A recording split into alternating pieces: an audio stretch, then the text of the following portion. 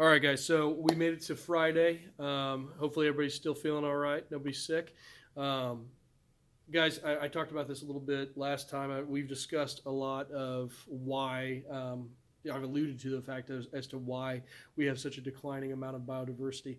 Um, I'll be honest. I don't want to downplay coronavirus at all, but that is not the big fear that I think we should all be facing right now. We are facing it, and it's definitely a part of our society right now, and it's definitely in the thoughts and on the lips of everyone that you come into contact with. If you do, hopefully you aren't. But that will pass. I promise. It will pass, just like swine flu did, just like SARS did, just like H1N1. All of those things. This is the issue that I think is going to plague our time. This is what you guys are going to have to figure out when I'm dead.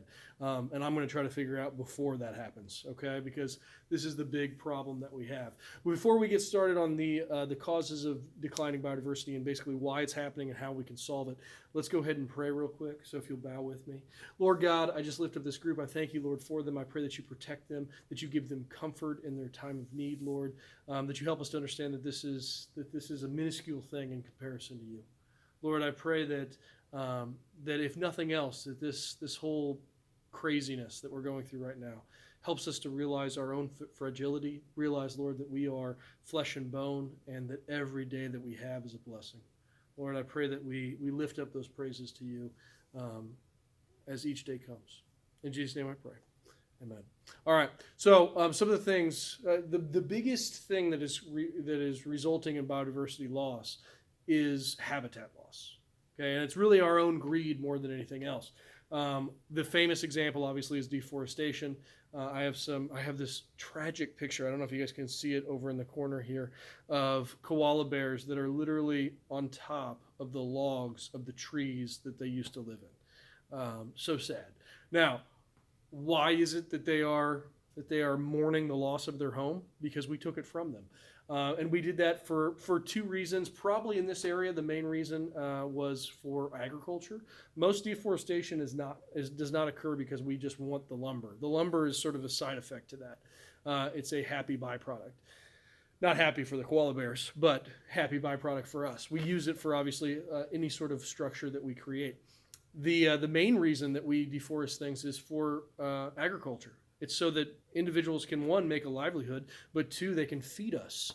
We are constantly taking up more and more room, not only for our grain crops, but more so for our fascination and love for beef. Listen, I love cow as much as the next person, but they take a lot of resources to create.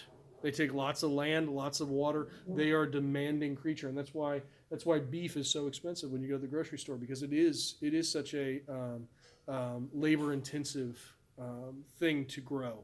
So, but that's not the only thing. I'll see you later. Yeah. That's not the only thing that comes into play here.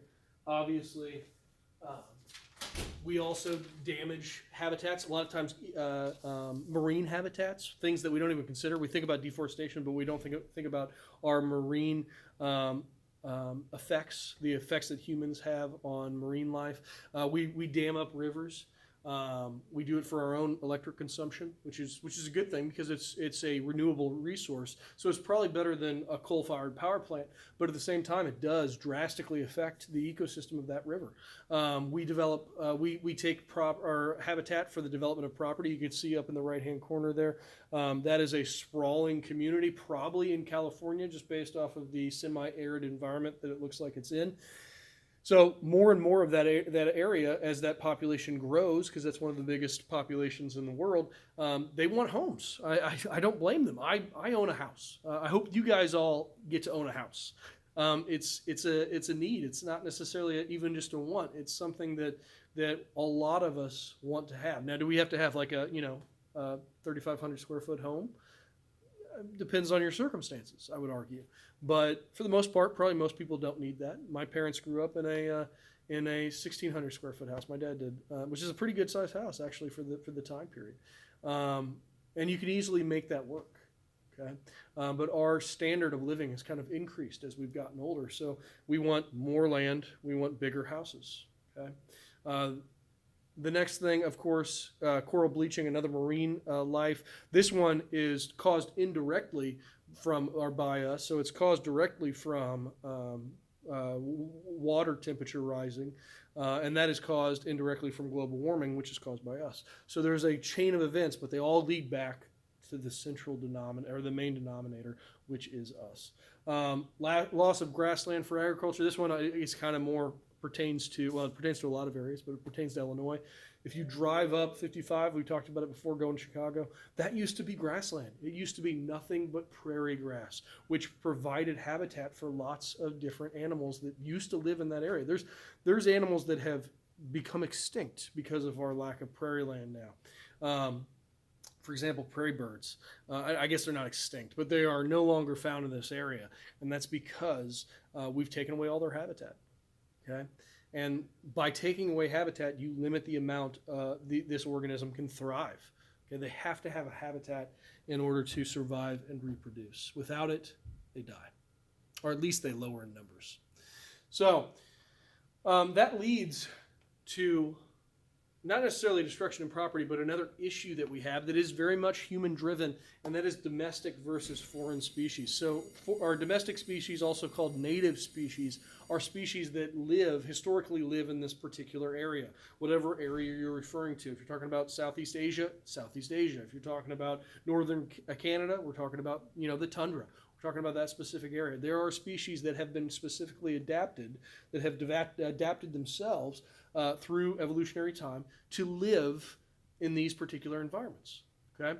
And then there's this idea of an exotic or alien species. This is a species that lives outside of that range, but then gets brought over. Now, that seems like a really weird thing to happen, but it's simple. It's really easy. Now, for years and years and years, this didn't happen. There was no real crossover of exotic species, but soon after we started to circumnavigate the globe, we brought with us certain species. Okay, the first thing that Columbus did when he sailed back home, he brought species with him to show the king and queen. It was just a natural thing for him to do. The reason he went on his expedition in the first place was to find a route to India. But once they realized that they found a different place, and really it was Amerigo who realized that, they brought back the riches of this place, and they brought them to show. That's a small-scale idea of introducing exotic species, but there's been a lot of other effects, or a lot of larger-scale ones. The tiger mussel is probably, or I'm sorry, the zebra mussel is probably the best example that I have, where we inadvertently created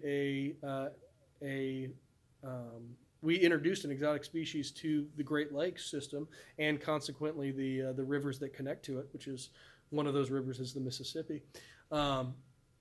We introduced the zebra mussel to it, and now it's overtaking and killing off most of the native mussels that we have in our waterways. Another example, I got a couple down here at the bottom, over in the right-hand corner. I don't know if you can see my finger there. That is honeysuckle. We brought it over because it's a really thick, dense shrub that you can grow on tree lines and as well as fence lines. And it looks nice and it smells really good, and it's so horribly invasive. It will grow on almost anything, and it will kill off the vegetation. It's so dense that no light can penetrate through it, so it kills off any vegetation that's under it. This one is really unique to our area and above. This guy right here. I don't know if you can see my finger there. Those are Asian carp. When they get startled, they jump out of the water like that. They are huge. They're delicacies in Asia, so there's actually companies that ship them over to Asia for profit. Here, we don't really like them because they have a ton of bones, and they are disrupting our natural bass and carp populations within our waterways. Fish that we much rather fish for are no longer found because they are being ran off by these individuals right here. Okay, and then finally we have the emerald beetle. This is a Japanese emerald beetle. It was brought over obviously from Japan, and they eat lots of different things. It is thought that one of the reasons that we are losing elm trees at an astounding rate is because of this guy. But any sort of These are very bacteria resistant. They're pretty beetles, but they are very destructive. Excuse me. So these are just a few examples that we're facing now in this area. Here's an example that is not found as presently here, but it's found in Florida, primarily the Florida Everglades. I don't know if you guys realize, but literally the southern half of Florida is all swampland, which is great. It's a really, really rich, biodiverse area. But this python is wreaking havoc right now on the state. And it's all because of an accidental exposure. And now this exotic species was introduced to a new environment where it has no natural predators, and it has become an invasive species, a very difficult one to eradicate. So we're going to watch this. Again, this is not my video, so I can't take credit for it. The Florida Everglades is threatening the area's sprawling ecosystem. Burmese pythons are apex predators at the top of the food chain. South Florida has hired 25 top hunters to capture and kill the snakes. A nearly 17-foot-long python with...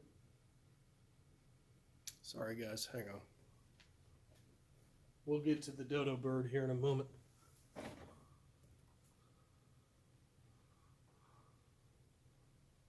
An invasive species in the Florida Everglades is threatening the area's sprawling ecosystem. Burmese pythons are apex predators at the top of the food chain. South Florida has hired 25 top hunters to capture and kill the snakes.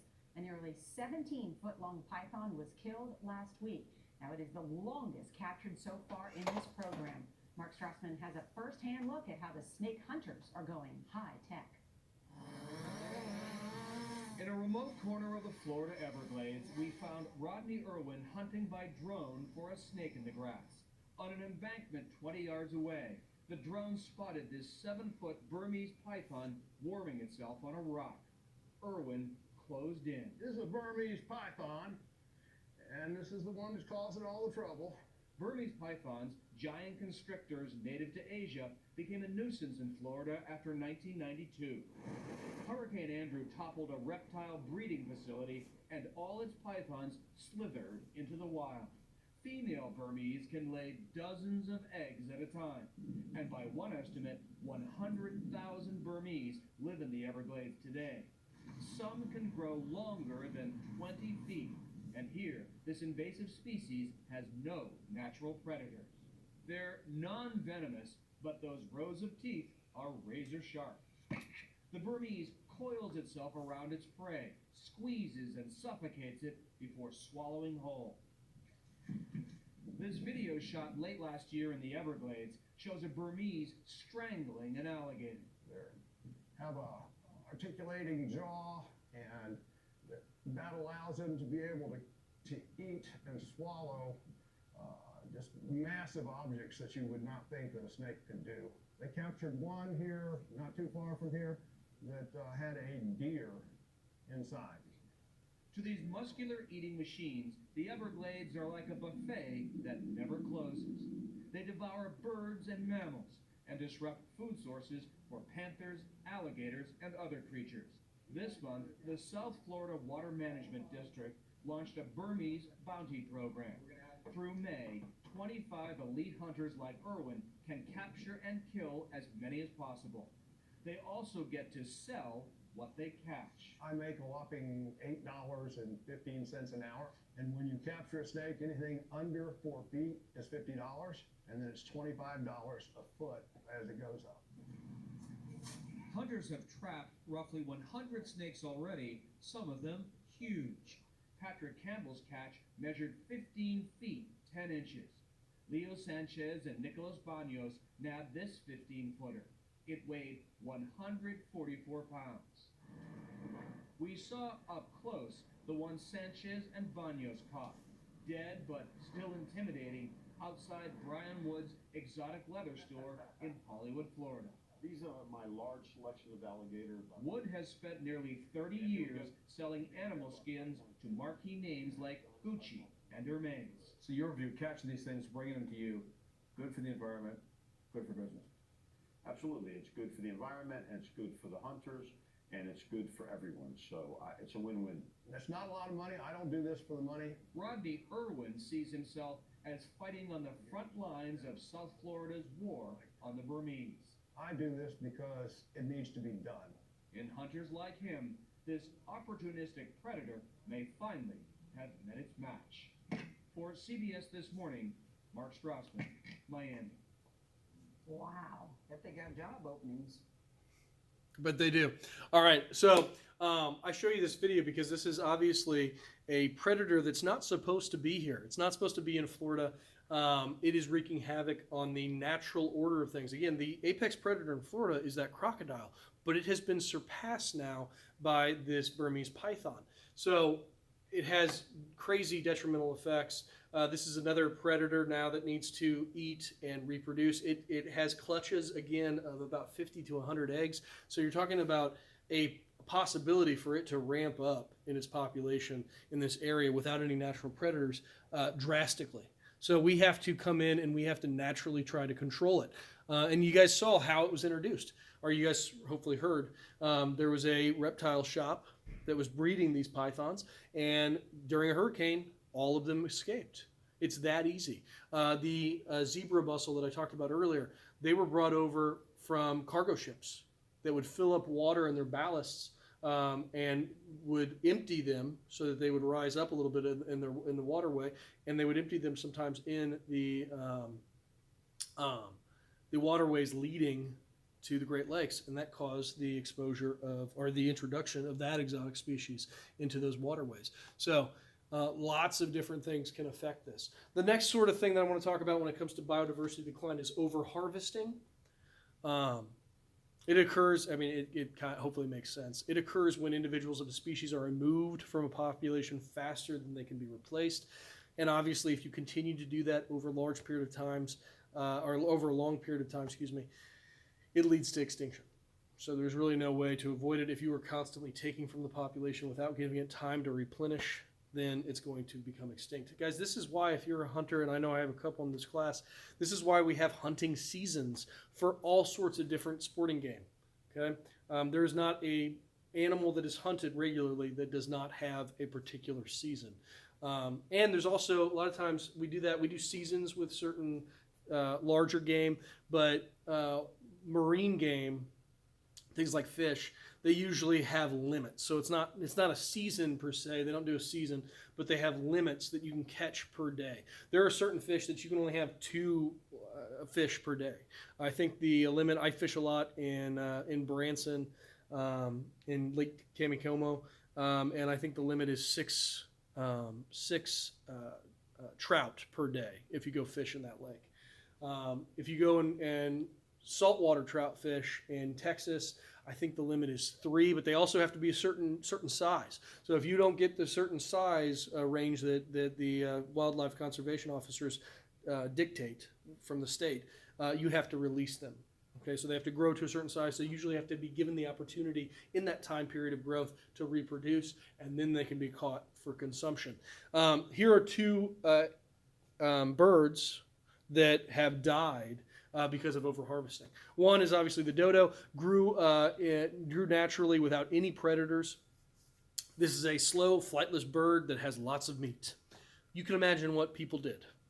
They saw it as an easy target. They killed it and consumed it for its meat, and they over-harvested it, didn't have any regulations put on it, and because of that, the dodo is now extinct. On the right-hand side here, on my right, hopefully you're right as well, we have the passenger pigeon. Again, same circumstance. So these used to count in the millions across North America. They were the naturally occurring pigeon here in North America. People started to consume them as an easy source of meat. When you have huge groups of them, one shotgun spray would probably take down 3 or 4 with every fire. So it's a really easy way to feed your family. This was over harvested to the point that in, I think it was 1917, the last passenger pigeon died.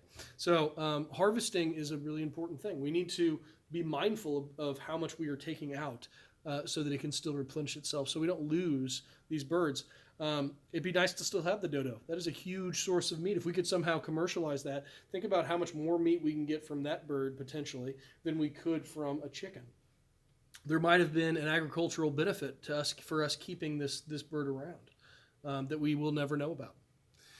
So we have put in place several laws, and I think there's even another one that's talked about in the book. But I want you guys to make sure you get this down. Again, as I've said in the past, if you need to pause it all and get this information, feel free to do so.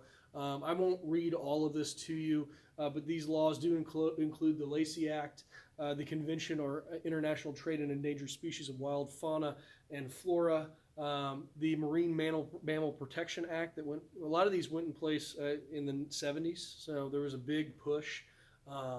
And it was partially due to the fact that I think Animal Farm came out in that time period. I guess that was before, I want to say.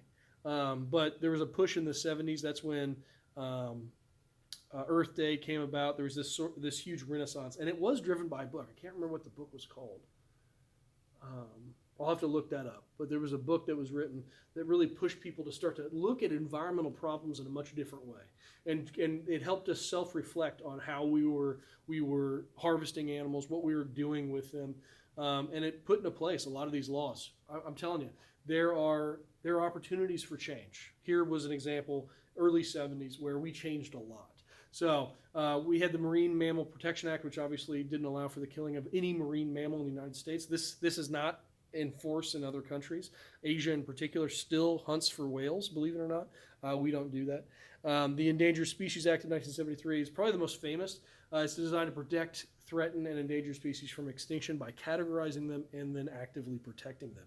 I'm not going to spend a lot of time with this, but please make sure you guys get this down and understand these laws. Again, if you need to pause the video, go ahead and do so. I want to talk more about the conservation efforts that have derived from those laws. So first thing is to understand that we categorize animals that are on the spectrum of becoming extinct. We categorize them in two main groups: the endangered species that are in danger, of course, of becoming extinct, and then threatened species that likely are to become endangered if no conservation effort is put in place. So what do we do with these conservation efforts? Well, first, it's all about categorizing animals, figuring out which ones fall under this endangered or threatened category, and putting them in the proper list so that they can start to become protected. We need to determine the cause of why they've become threatened or endangered, and then we need to determine a rehabilitation program. A lot of those include putting in restrictions like how they're hunted. That's an easy one. Sometimes it's a real rehabilitation program in the sense that we actually do a captive breeding program where we will breed them in captivity and release their offspring into the wild. This has proven really effective, and the book goes through a couple examples. Florida panthers was one of those, but this is proven to be very effective in certain conditions. Sometimes it's just a matter of reintroducing a species to a particular area so it can repopulate by itself. And then hopefully these lead to the removal of species that are threatened or endangered from the list. So taking those species off because they are no longer threatened or endangered. For example, the American bison, or the bald eagle, or the peregrine falcon, or the California condor. All of those were at one time endangered, threatened, and then endangered, and they have now since been taken off the list because of conservation efforts. Listen, guys, it all depends on what we want to do. Okay, if we value a species, it's amazing how much we can work to get them off this list. If we don't value the species, a lot of times they don't get off the list. If you look at the list, there's a lot more plants on it than animals because we don't value plants nearly as much as we should. Okay, we value animal life more because I guess they're closer to our life. Things that we care about, like the bald eagle, it was on there for a short period of time. They passed laws to stop. There's a particular chemical, DDT, that was causing the softening of their shells. So when the eagles, they're big birds, 6-foot wingspan, when they would sit on their eggs to roost, they would crack their shells. And so we collectively, as a nation, we acted on that, and we said, let's ban this substance as a pesticide, so that we found the cause, we determined the cause, we created a rehabilitation plan. We totally excluded DDT from our pesticides, at least not totally, but we lowered the percentage drastically, and the eagles rebounded. It's because we cared about our national bird. I'm glad we did it. Eagles are beautiful. They're amazing. They draw people to this area every single year because people want to go and look at these giant birds of prey. But it's because we cared about that species. And it always fascinates me what we decide to care about and what we decide not to care about. The goal is that no species ever becomes endangered or threatened, but the truth is species become extinct every single day. All right.